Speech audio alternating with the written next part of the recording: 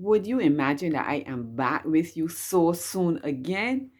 I am really excited about what I am sharing. That is the gospel truth. So I know how time flies very quickly. Let me share three other core beliefs with you, and then I am going to share something from that book, God Sent a Man, that I spoke about. As I said, our beliefs are so important. They represent us and they influence how we respond to the various things that come into our lives. So, this is one of my core beliefs here, that God always, without exception, acts in our highest interest. I truly believe that. I also believe that God's intent is to develop our character and to mature us. He does not forever want us to be walking in diapers and sucking our finger. No, He wants us to um, develop and be wearing long pants. If you haven't seen it, I have on my Anchor Holds channel, I have a series dealing with that whole idea of growing from the diapers into long pants, etc.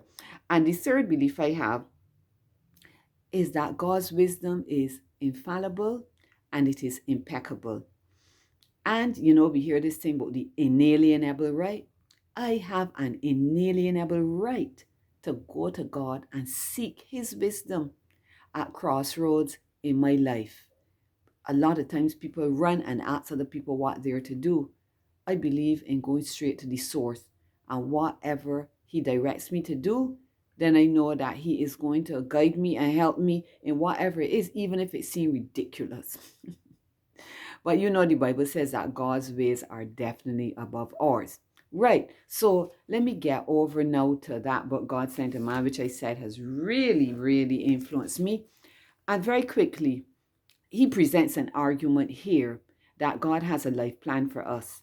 And if we could accept that life plan and include it in that life plan, there's some things in here. He says, everything that happens to us has a bearing on God's plan. Trials and disappointments happen, injuries from enemies and even friends have the injuries that friends may inflict upon us. They have their part. Hardships of life, etc., heartbreaks, losses. He says all have their mission from God to prepare us to carry out His plan for our lives. He says, inasmuch therefore as this is true, there can never be any place in our lives if we accept the life plan and the whole idea that God is using these things to make us better and to bring us into our life's purpose. He said there can never be any place in our lives for despondency, for discouragement. We live in God's thoughts, and all that enters our lives is for a purpose. You believe that? And that purpose is a plan of God. So he says, listen, how it glorifies our life just to believe that. Our lives, he argues, will glow and grow too with beauty, strength, meaning, and enthusiasm as we make this great truth our own and learn to abide in God's will. Let me tell you something that is so deep here.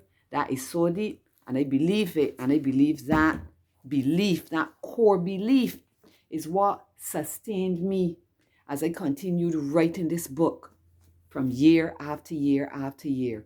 Sometimes I put on a little weight, other times I was a skinny little willow, mild tree. But I tell you, there is so much I have to share with you here.